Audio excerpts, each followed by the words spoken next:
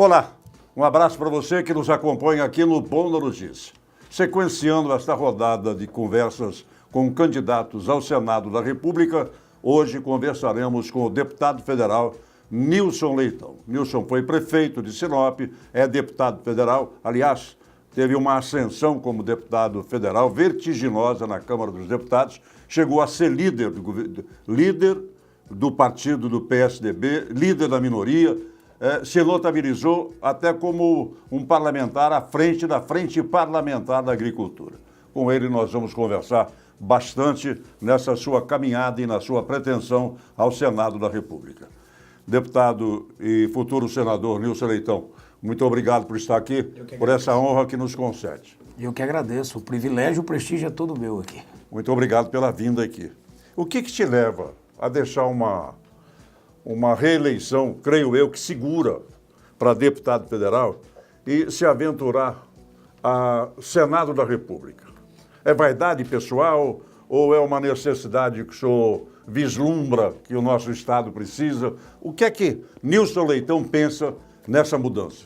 Divaldo, a política ela é desgastante, né? Ela vai, se você não entra nela para crescer, para alcançar os objetivos com os projetos que você deseja, não vale a pena estar nela, né? Ainda mais hoje como ela está, é totalmente danificada a sua imagem em várias situações. Eu passei por todas as casas legislativas até agora, Câmara Municipal, Assembleia Legislativa, aí passei pelo Executivo 8 anos e na Câmara Federal já estou completando 8 anos. Eu decidi que eu preenchi todo um arquivo que precisava ficar daqui para trás. Os projetos que eu levantei, as bandeiras que levantei, as lideranças, assumi todas as lideranças que um parlamentar poderia assumir dentro da Câmara Federal. Desde a oposição, líder da oposição, da minoria, a presidência da maior frente do Congresso Nacional e agora líder da bancada do PSDB na Câmara Federal. E eu decidi desde 2015, 2016 que eu não quero fazer carreira numa função. Se eu quisesse o cargo apenas, eu seria candidato a deputado federal, que hoje, com metade dos votos que eu fiz em 2014, eu me elegeria. Teria aí uma chance de eleger com 50 a 60 mil votos. E eu decidi ser candidato a senador porque acho que estou preparado para isso. Vi o ambiente que estava no Estado, olhando, não desfazendo de nenhum concorrente, mas eu já era candidato com o Blairo candidato, quando o Blairo desiste eu permaneço candidato, e aí apareceu inúmeros candidatos com essa vaga que o Blairo disputaria. E eu acho que estou pronto para ser senador. O Senado é um tribunal maior aí do Legislativo brasileiro. Eu consegui sobressair no meio de 513 deputados, obviamente dentro do Senado com 81, eu acho que teria uma facilidade para ser útil para o meu Estado. E é isso que me levou a crescer. Eu acho que o Estado precisa de representantes. Eu não posso abrir mão disso porque estou pronto para ser. Eu acho que é o contrário. Se eu não aceitasse, ou se eu não quisesse ser senador, eu estaria sendo omisso com o meu Estado. Sem querer ser melhor do que ninguém. Não sou, não. É uma disputa eleitoral, quem decide é o povo. Mas eu estou pronto. Eu estou pronto em termos de conhecimento, eu estou pronto em termos de experiência.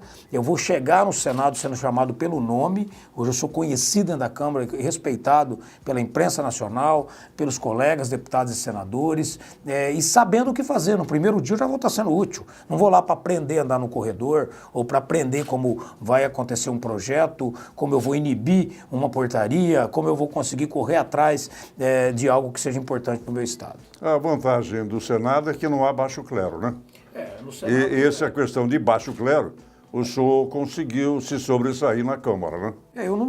Com 1 ano e meio de mandato, eu já virei líder da minoria, né? E comandei toda a oposição durante aquele ano 2013. Tu já chega com essa experiência também. Já chego com a experiência. Então, eu chego no Senado, eu vou enfrentar de forma igual a todo mundo. Ninguém vai olhar de cima para baixo e dizer, olha, aquilo você está errado, eu posso estar errado. Mas eu vou debater aquilo que eu acredito e levantar as bandeiras que você se levantar. É uma posição irreversível, o senhor é candidato ao Senado. Mas o senhor esperava que fosse uma candidatura assim tão conturbada? Conturbada, que eu digo, em nível de partido, de coligação com a doutora Selma, com a rejeição do governador Pedro Taques. Que luta é essa? O senhor tem que ter um trabalho de super-homem, né? de Shazam, O cansaço emocional de tudo isso, ele acaba... ele acaba emocional sendo e grande. físico também, não é? Total. Ele é, mas veja bem, eu vinha num ritmo na Câmara Federal de 13, 14, 15 horas por dia ali naquele ritmo, né? Eu sempre brinco com todo mundo. Minha família mora comigo, as crianças são pequenas, minha esposa, e moro em Brasília, senão eu não conseguiria vê-los, né? No final de semana. Eu não almoço e não janto com eles, dificilmente, na terça, quarta e quinta-feira. Eu vejo muitos colegas, meus deputados, que vai almoçar em casa, que vai jantar, volta depois. Eu não dou conta. Eu fico lá 14, 15 horas me dedicando a esse trabalho. Então, o ritmo de trabalho não me cansa. Mas quando chega no período eleitoral, óbvio, eu faço parte de uma família, eu nunca mudei de partido. Então, com esse partido, eu trago o bônus e trago o ônus dele também. Não tem nenhum problema esse enfrentamento. O caso da parceira que veio para ser candidata a Senado, eu não a convidei para entrar e nem para sair. Ela construiu toda uma situação por uma questão dela, decisão dela de querer ter um rótulo aí da antipolítica. Não tem como querer ser antipolítica participando do tempo de televisão de um político, do partido de um político. Ou escolhe ficar dentro ou escolhe ficar fora. Não tem meio aqui. Como eu não quero ser político fazendo política, eu não consigo compreender essa matemática. Então esse não é um problema, mas também houve. E aí houve os ataques, né, tentando me denegrir, que também isso não leva a lugar nenhum, até porque não existe nada que foi colocado. Então cansaço emocional tem, mas o enfrentamento no Senado todo mundo sabe que é muito difícil, né? A diferença é que eu não ataquei ninguém. A diferença é que eu estou sendo atacado exatamente porque eu tenho sido o que mais cresceu de forma estruturada até agora. Eu saí de 4% para 8%, de 8% para 16%, agora para 19%. E todo esse crescimento, é claro que também incomoda, porque é uma disputa de 2 vagas. Então é lógico que vai vir mais pancadaria aí, é uma disputa que infelizmente ainda o dinheiro está reinando em vários lugares. O dinheiro está fazendo frente nessa campanha mais uma vez, apesar da preocupação do limite de gastos, dinheiro público, fundo partidário, ainda tem grana por fora, deputado Nilson, futuro senador? O que eu sinto é que muitos agentes, né, que às vezes nem têm cargo eletivo, mas são agentes políticos de alguma forma, lideranças, só apoia se você conseguir dar a estrutura. Pelo trabalho. Mas o senhor já recebeu essa proposta esse ano? Isso é normal você estar, olha, eu preciso disso, preciso daquilo, precisa ter. Os candidatos, ficou muito ruim o modelo do sistema também, porque o dinheiro público financiando campanha eleitoral tem dado prioridade para quem está no cargo. Então quem não está, a maioria está desassistida, está sozinho. Então os candidatos também estão passando a dificuldade e se recorre à majoritária. Então é natural isso, é normal, isso pesa. Então você vai tentando ajudar todo mundo. O PSDB tem uma boa grana, né, de fundo partidário, né? Mais ou menos. Mas te dá a condição de ser candidato só com o dinheiro do fundo? Não dá pelo seguinte, porque o PSDB tem um bom dinheiro, mas ele tem candidato a presidente da República. Outros partidos, por exemplo, o Partido do Progressista tem muito dinheiro, mas não tem candidato a presidente da República. Então ele consegue atender. Então você tem um candidato a presidente da República, você tem 16 candidatos a governadores no Brasil, tem 16 candidatos a senadores. O fundo é dividido para todo mundo. O fundo é dividido para todo mundo. Mais os deputados federais. O nosso quociente eleitoral é pequenininho, o nosso número de eleitores é pequeno, representa pouco. Não, mas a divisão é feita igualitária, o problema é a quantidade. 30% do fundo foi para as mulheres, então você já tira. Aí você tira o candidato a presidente da República e leva aí mais ou menos 25% do fundo. Aí você vai tirar os deputados federais, são mais de 50%, mais os outros que estão ajudando com mais 25%. E os outros 25% para senadores e governadores de forma igualitária. Tá, agora a política é uma arte de ciscar para dentro, né? Você não cisca para fora de jeito nenhum. E como é que é essa convivência, por exemplo? Quero voltar a isso. Eu sei que o senhor já repetiu essa pergunta, já teve resposta 1 trilhão de vezes. Mas eu creio que até o dia da eleição o senhor vai receber 1 trilhão de perguntas da mesma forma, né? A sua convivência agora com a ex-juíza Selma. Ela ganhou na justiça 32 segundos. Vai tirar do senhor os 32 segundos. Não vai tirar. Eu teria dado até mais para ela. Ela não saiu do meu grupo por causa de... Ela não rompeu por causa de tempo. Mas é a divisão da... Não, mas ela não rompeu por causa disso. O problema é o tempo. Você acha, Edivaldo, que 10 segundos a mais, 15 segundos a mais, você vai fazer eu ganhar ou perder a eleição? A senhora não fazia questão disso? Não, eu só queria lealdade. Eu não tive a lealdade no primeiro momento dela, quando faz uma live dizendo que podia votar só nela. Depois ela faz um segundo momento, uma entrevista, dizendo que pode votar no radical de esquerda, no radical de direita, tanto faz. ela não tem compreensão partidária. Então a única coisa que não dá para você conviver com alguém que quer usar a sua estrutura, ou seja, e não quer ser leal a você. Então não dá para ser assim. Não dá nem para meiar, né? Não, eu acho que é um assunto passado já. Hoje é um problema da coligação. A coligação, tem 10 partidos da coligação contando o PSL. Os 10 partidos da coligação deram a razão para mim. Então eu estou muito tranquilo com isso. Então ela, nesse caso, ela é ex-juíza e também ex-colega de chapa. O senhor já foi presidente do partido também, né? Já, durante 6 do anos. PSDB.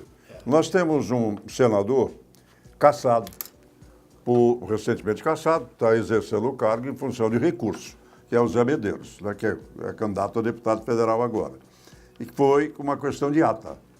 A doutora Selma, a ex-juíza Selma e candidata ao Senado, levanta uma questão em que o Vitório Gale teria sido coagido, pressionado para assinar essa ata. O que pode levantar de questão jurídica nessa fala ou nesse depoimento da doutora Selma? Olha,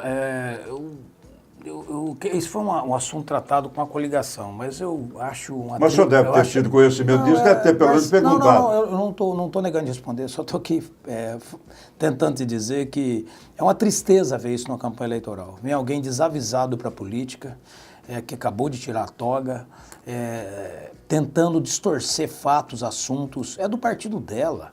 Você acha que alguém vai coagir um deputado federal, presidente do partido? Coagir com o quê? Coagir com o quê? Se fosse com uma metralhadora, uma bazuca, ele teria saído de lá e denunciado. É um absurdo. É só perguntar para ele. É só perguntar para ele. É de uma leviandade fora do comum, não tem argumento jurídico, é totalmente neófita juridicamente eleitoral. Teve problema, ela que teve problema para poder registrar a candidatura dela. Eu sinceramente acho que o assunto da Selma é uma página virada, ela toca a campanha dela, eu toco a minha. É cada um para si, Deus por todos agora. Isso, vai tocar a vida dela, eu a minha, me deixa em paz, eu deixo ela em paz. Né? Eu quero falar com o meu eleitor, quero falar do meu trabalho, eu trabalhei muito como deputado. Vamos falar um pouco do seu trabalho? Porque esse trabalho todo que eu fiz, que eu dediquei, fui o deputado que mais fez projetos. Coloquei emendas parlamentares nos 141 municípios, respeitei todos os partidos, tenho apoio hoje de prefeito do PT, do PMDB, do PR, do PPS, de todos os prefeitos, mais de 110 prefeitos me apoiando. Vou ficar discutindo com uma pessoa que deseja ser candidato a senador usando as costas dos outros como escada? Não dá para ser assim. Ela está precisando de alguém para ter um mote, não será eu. O senhor foi prefeito, eu diria, da capital da Califórnia, Mato Grossense, né? Nós temos um bolsão aqui, que representa o progresso não só do Estado, mas do Brasil. E no Brasil, o sustentáculo, inclusive, da balança comercial, que é a agropecuária. O senhor foi prefeito de Sinop. Nós temos ali Lucas, Sorriso, Mutum e algumas outras cidades que fazem parte dessa mola propulsora onde o dinheiro gira muito. Mas nós temos um Estado com 141 municípios, 902 mil quilômetros quadrados, onde nós vamos encontrar situações iguais ou piores que o sertão nordestino. Como é que vai ser essa convivência, já que o senhor vai ter uma isonomia de pares com relação ao Estado? No Senado, 3 para cada um. Vamos brigar. Como é que o senhor vai brigar nessa área, principalmente na logística que nós temos necessidade? Essa é uma diferença enorme no Senado, né? Na Câmara Federal nós lutamos, às vezes, quando tem o interesse conflitante de regiões, na Câmara você não consegue vencer estados que têm mais deputados. No Senado não, no Senado 3 contra 3, você vai debater a logística da ferrovia, a hidrovia, as concessões das nossas rodovias e recursos estruturantes para poder unificar nossas regiões, mas eu acho que esses debates é muito mais do ponto de vista estruturante mesmo. Por exemplo, região do Araguaia lá, Cocalinha até Nova Nazaré, tem o Rio das Mortes, maior região de calcário, que pode enriquecer aquela região que está desenvolvendo a agricultura de forma brilhante. Ali não sai uma ponte por conta de uma licença ambiental que precisa da autorização da FUNAI.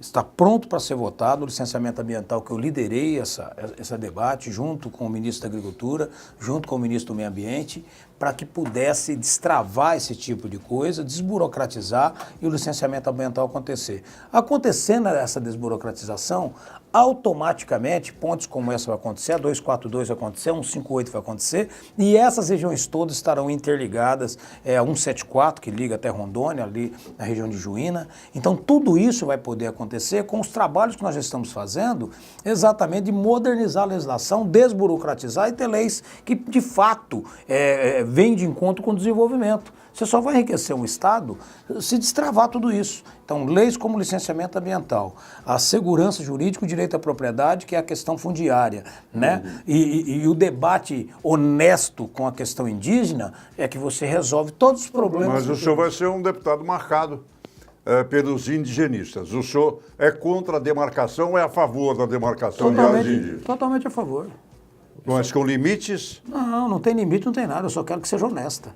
É só isso. O problema é que você falou certinho. Eu até fiquei preocupado com a palavra que você usasse, foi perfeito.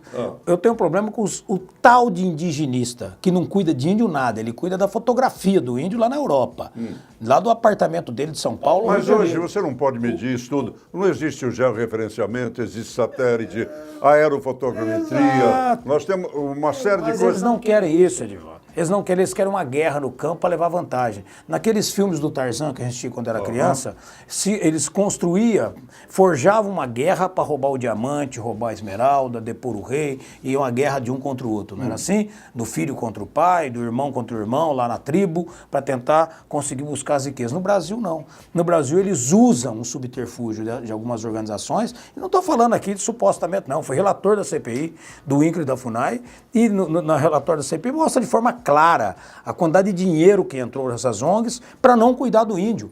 Porque eles usavam o índio para receber o dinheiro, mas como assim? Aumentou em morte de índio no Brasil quase 180%. De cada 100 índios mortos, 40 são crianças de 1 a 5 anos de idade e com bilhões de reais entrando na conta dessas organizações para cuidar deles. Não cuidou. Eu me reuni com mais de 80 lideranças há poucos dias. Inclusive lideranças mulheres indígenas. E um debate, a maioria declarou apoio. Eu tenho um apoio muito grande hoje de lideranças indígenas que sabe agora de verdade o que eu estava atrás. Eu quero pacificar, eu quero dar segurança para o índio ter os seus direitos e para o proprietário rural não perder os seus direitos. Essa é a diferença. A demarcação você pode e deve ter, mas de forma aberta, não sorrateira como acontece hoje. Audiência pública, debate com todo mundo, é interesse comum, vamos fazer. Porque quem cuida do índio é o produtor, é a Câmara Municipal, é os prefeitos da cidade do interior. Não é a FUNAI, não é o Estado brasileiro, não é ninguém, não. Isso aí é conversa fiada, porque não chega nada lá. Eles têm que mendigar um remédio. Uma índia grávida, quem cuida, se entrar num parto lá, na hora do desespero, quem vai cuidar é o vizinho dele numa propriedade. Então, o Estado brasileiro não está lá.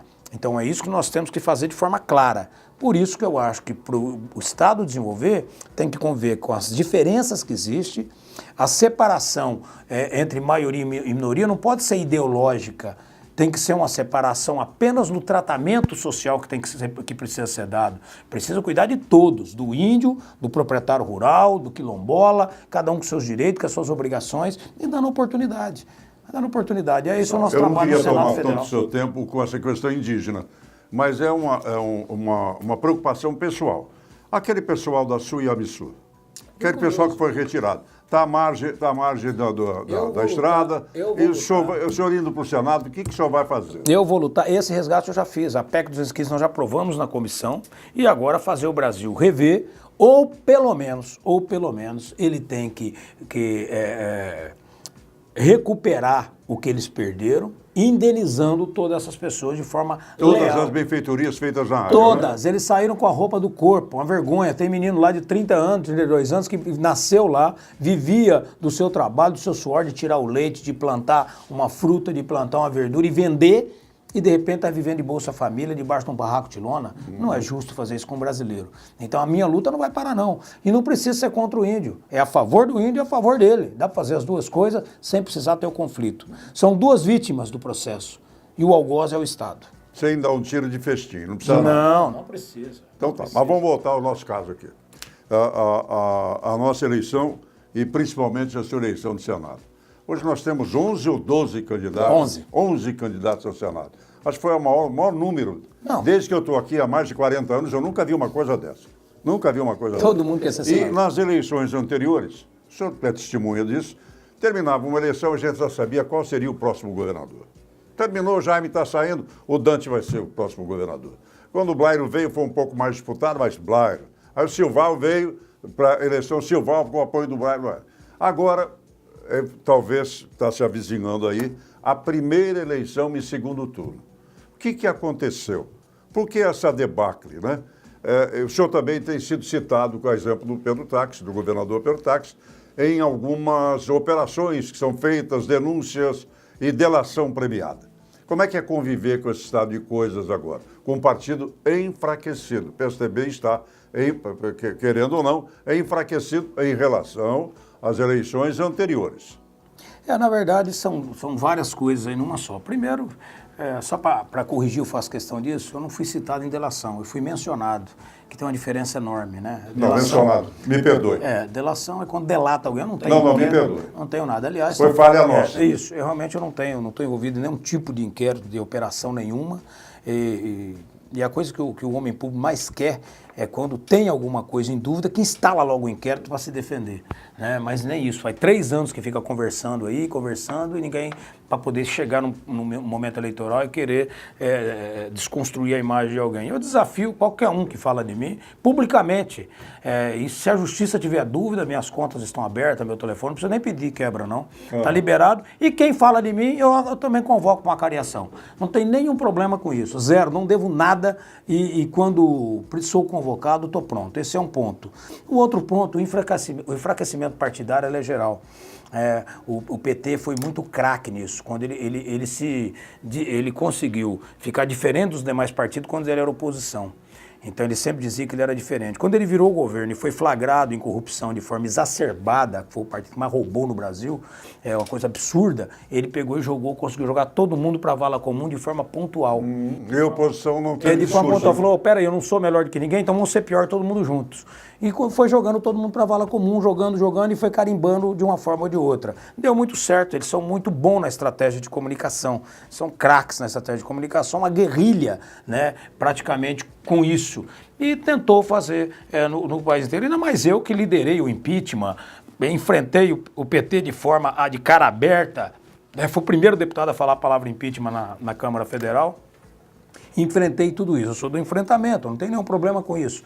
Chega nessas eleições, o governo, claro, com o desgaste que tem, porque o eleitor às vezes tem que ser relembrado, né? Ele tem um desgaste no governo que ele pegou, que confessou um monte de coisa, certo? E pega um governo num momento também de crise, onde vem um período de impeachment, 20 milhões de brasileiros desempregados, crise econômica no país, tudo acontecendo de uma vez só, e num estado que naquele ano começa a pagar as dívidas de uma Copa do Mundo que foi feita e mal feita ou não feita as obras da Copa do Mundo. E o empréstimo dolarizado também, outros empréstimos dolarizados. E com isso, leis que foram aprovadas no ano anterior, para aumentar salário, para fazer isso, fazer aquilo, um monte de coisa.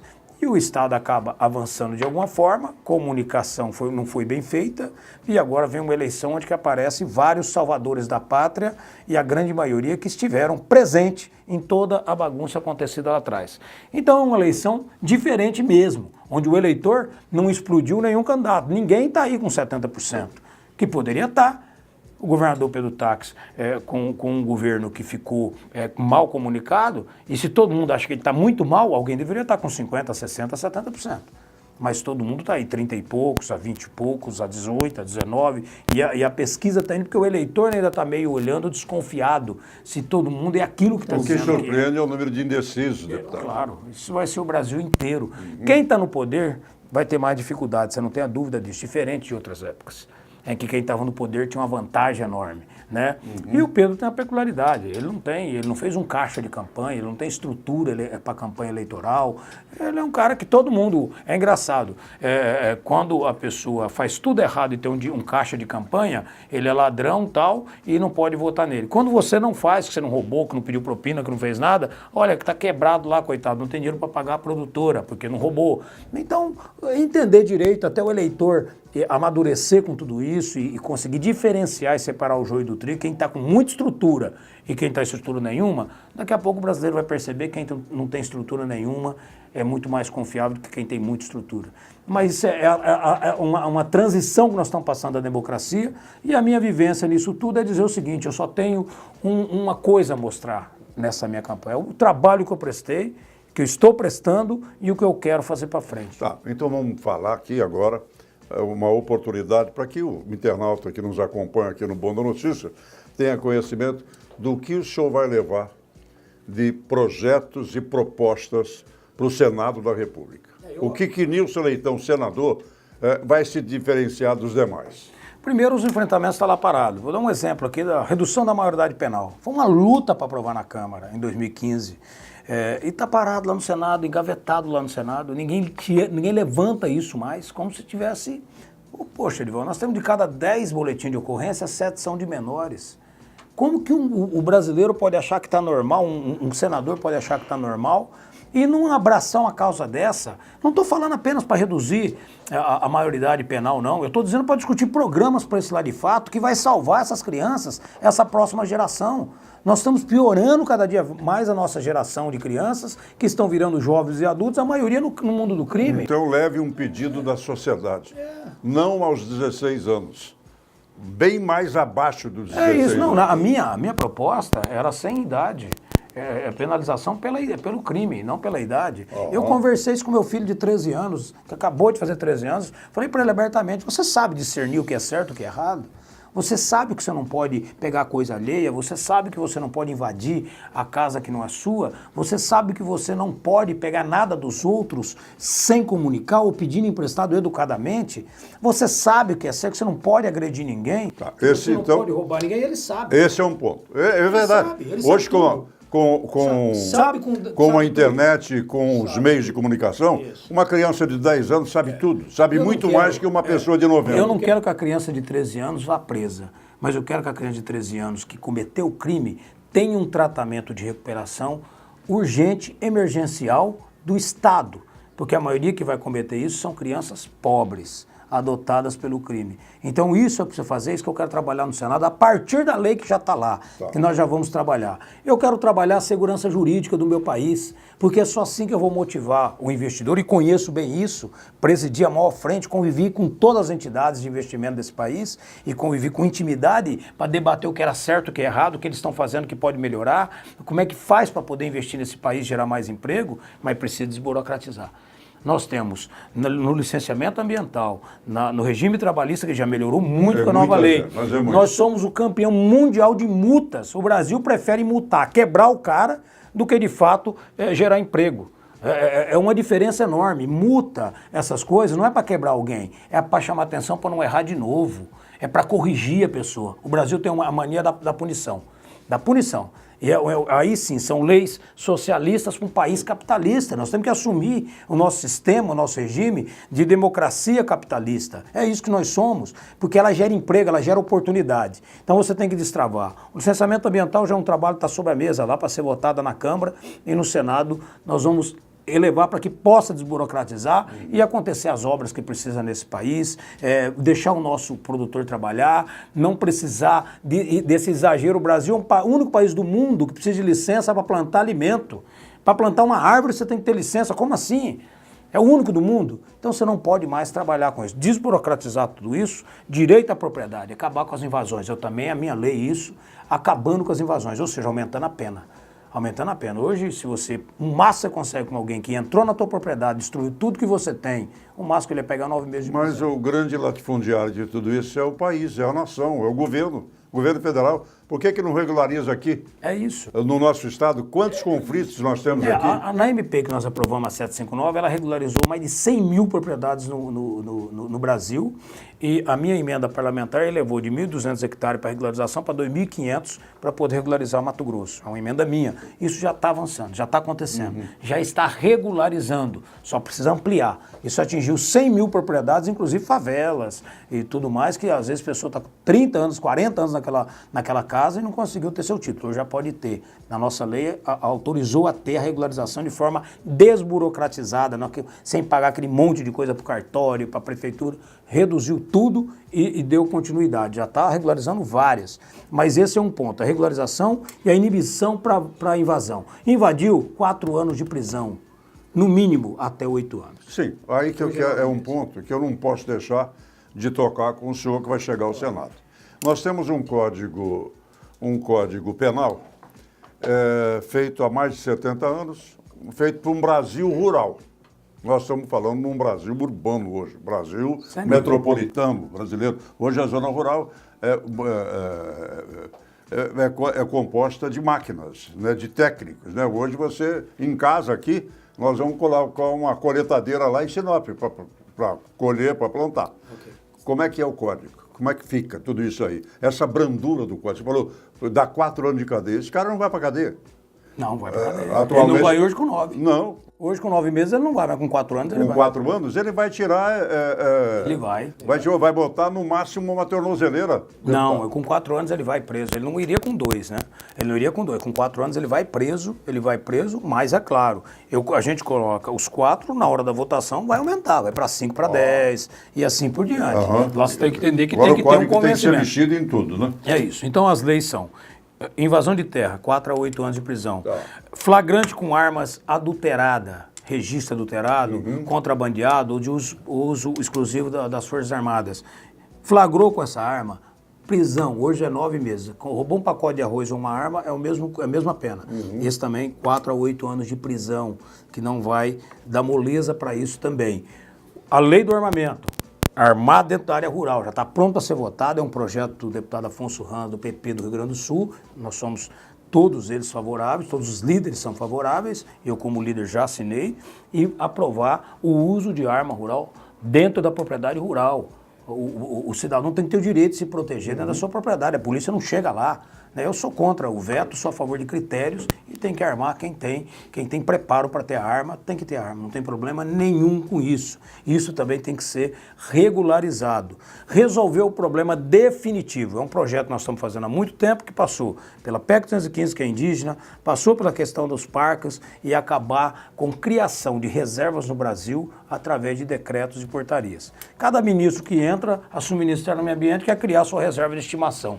Absurdo. Aí você tem 50 proprietários naquela região, que pode ser pequeno, médio ou grande, ele amanhece proprietário e anoitece, não é mais dono da terra dele. Que segurança que é essa? Não dá para ter isso no Brasil mais. Então isso também é uma lei para que possa estar de forma definitiva, onde vai discutir no Congresso Nacional, é o que está escrito na PEC 215. Já estouramos o nosso tempo, mas eu não posso deixar de falar. O senhor falou em reserva, né? Nós temos parques aqui também invadidos. É o caso, por exemplo, do Parque Ricardo Franco, da Serra Ricardo Franco, que o próprio ministro, teu amigo pessoal, o ministro Padilha é proprietário de um lote ali. Conhecido, não tem amigo. Conhecido? Não conheço. Mas pelo menos conhecido, né? Não é isso, é ministro, eu sou deputado. Realmente é uma preocupação, porque essas autoridades altas do país fazem isso. Na verdade, você tem que saber o tempo disso, né? Porque é mais ou menos assim, ó, é a mesma história com o escrito do vereador assentado. Ele virou vereador como assentado ou virou assentado como vereador? É uma denúncia que existe no Brasil inteiro. Olha, ali o cara é vereador e tem um lote de assentamento. Não, mas ele era assentado primeiro, depois que ele foi candidato a vereador. Tem que saber em que momento que esse parque nasce, né? Se a propriedade era do proprietário antes de virar parque ou se é o contrário. É a segurança jurídica que eu estava dizendo. Mas eu preciso te falar uma coisa antes de encerrar. Então fala. O maior projeto que eu emprestei ao Brasil agora, nos últimos 5 meses, foi a redução da máquina pública. E eu quero reduzir. É importante isso. Eu quero reduzir de... Não é um projeto eleitoreiro. A PEC precisa de 172 assinaturas, tem 200 assinaturas, para aprovar precisa de 308. Eu quero reduzir a máquina pública como um todo. Quando eu fui prefeito, já fiz isso, ganhei o prêmio da Lei de Responsabilidade Fiscal. Hoje, eu quero reduzir de 81 senadores para 54, quero reduzir de 513 deputados federais para 395 e quero reduzir de 1.059 deputados estaduais para 804. 400 cadeiras, que vai chegar a 5 bilhões de economia em 4 anos.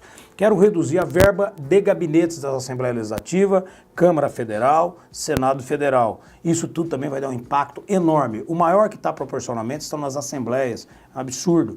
Que precisa reduzir isso de forma vertiginosa. E os custos da área meio do judiciário, do executivo e do legislativo. Por exemplo, para encerrar, eu quero acabar com despesas para lançamentos de obras no Brasil. Não é possível mais isso. E não é bobeira, você vai pegar 5.700 municípios, 26 estados, mais o Distrito Federal, e a União lançando obra, placa, aí você põe a tenda, contrata a água, contrata o som, o fogos, contrata tudo para lançar uma placa. A Ferrovia de Integração do Centro-Oeste em Lucas do Rio Verde foi lançado 4 vezes pela presidente Dilma e a obra não aconteceu. Quanto que gastou para lançar aquelas obras? Milhões de reais, do avião vinha com 30 assessores, segurança, tenda, mais um monte de coisa. Então pode lançar, mas não tem investimento público para isso, não pode ter despesa. Os cortes simples é que vai fazer o Brasil avançar, Sucesso, reduzir tudo que tem que reduzir para sobrar dinheiro para investimento. Sucesso nessa PEC. A sua cidade, politicamente falando, a sua cidade de Sinop, já recebeu para lançamento da 163 não sei quantos presidentes da República com comitiva. Inúmeros. Dessa vez vai. E até hoje está ali para Ainda faltam os 90 quilômetros. Não é verdade? É isso. É verdade. E por isso eu quero aqui pedir o voto para senador 456. Quero ser útil para o meu estado. Quero ser útil para o meu estado, falando aqui com o internauta, falando aqui para o Edivaldo e pedindo esse voto. Eu não sou melhor do que ninguém, mas me preparei mais que muitos. Conheço o Senado Federal e eu quero ser útil, eu quero chegar lá podendo produzir no primeiro dia, não fazendo do Senado um laboratório de aprendizado. É um funcionário muito caro para lá ter um aprendizado. Eu estou pronto para poder atender minha população e orgulhar meu estado. E o senhor nos represente de forma firme e digna. Serei. Muito obrigado, deputado federal, futuro senador da República, Nilson Leitão. Eu que agradeço. E a você, o nosso próximo encontro, até o nosso próximo encontro, aqui no Bom da Noite.